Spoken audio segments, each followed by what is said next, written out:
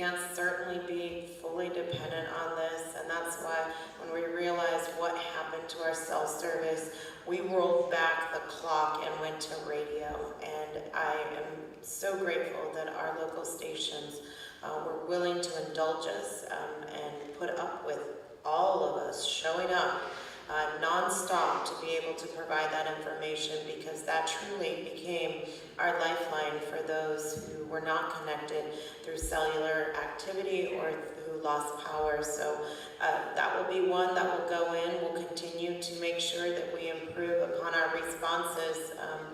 We can't always do better, but I'll say I have never been more proud to say that I am from Napa. And I'd like to add a little bit about the fire response that happened.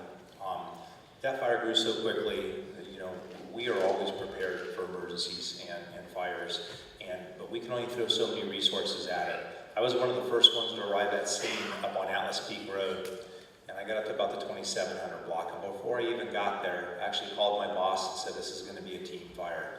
You can see how fast it was spreading. CHP helicopter reported, I believe, at 1 to 200 acres when they got over it. Shortly after it started. By the time I was headed back down Atlas Peak to get the incident command post established, it was well over 500 acres. At one point, the rate of spread on this was estimated to be at 200 feet a second. It was moving, and unfortunately, why there was such damage and destruction.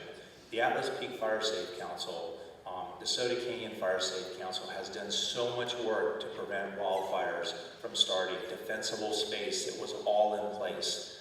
We had property owners, including the president of Napa Firewise, who had 300 feet of defensible space around his property and lost their home.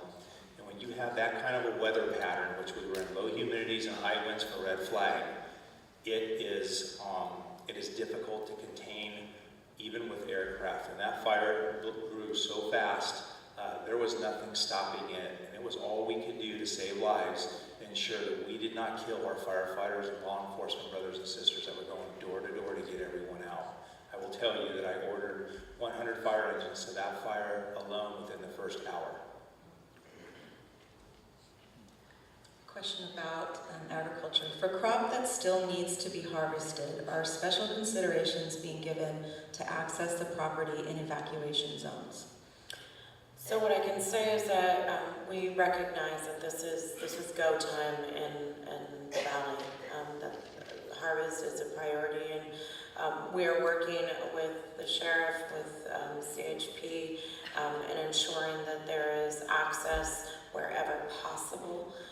What I ask is that if there are people that do need to, if there are growers that need to schedule harvest into one of those areas, to please call.